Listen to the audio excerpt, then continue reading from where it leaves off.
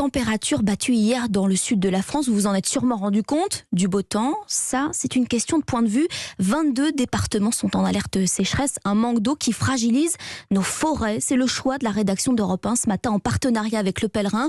Alors comment vont nos forêts françaises? Elles recouvrent un tiers de notre territoire, une surface immense, la 4e en Europe, que des experts sont en train de cartographier pour mieux la protéger. Un programme de l'Institut national de l'information géographique et forestière que nous présente Élise Dangean.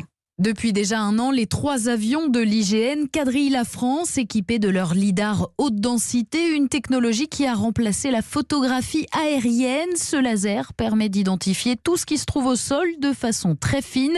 Des données traitées par l'équipe de techniciens d'information géographique dont Guillaume fait partie. On a des classifications automatiques en fonction des angles, en fonction de ce que le laser tape. Il sait reconnaître ce qu'il y a au sol, même les essences forestières. Cette méthode donne une vision panoramique de l'état de nos forêts, complémentaire aux inventaires menés au sol, selon Magali Jover, spécialiste forêt de l'IGN. On pourrait croire comme ça, puisque l'inventaire nous dit que la surface forestière continue à augmenter chaque année.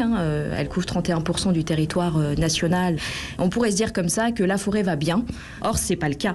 On commence à constater une baisse de la production biologique annuelle et une mortalité qui augmente. Pour l'heure, le lidar HD a couvert 20% du territoire. Coût total de l'opération sur 5 ans, 60 millions d'euros, avec à la clé des données capitales qui serviront notamment aux chercheurs et à l'élaboration de futures politiques publiques. Élise Dangean du service économie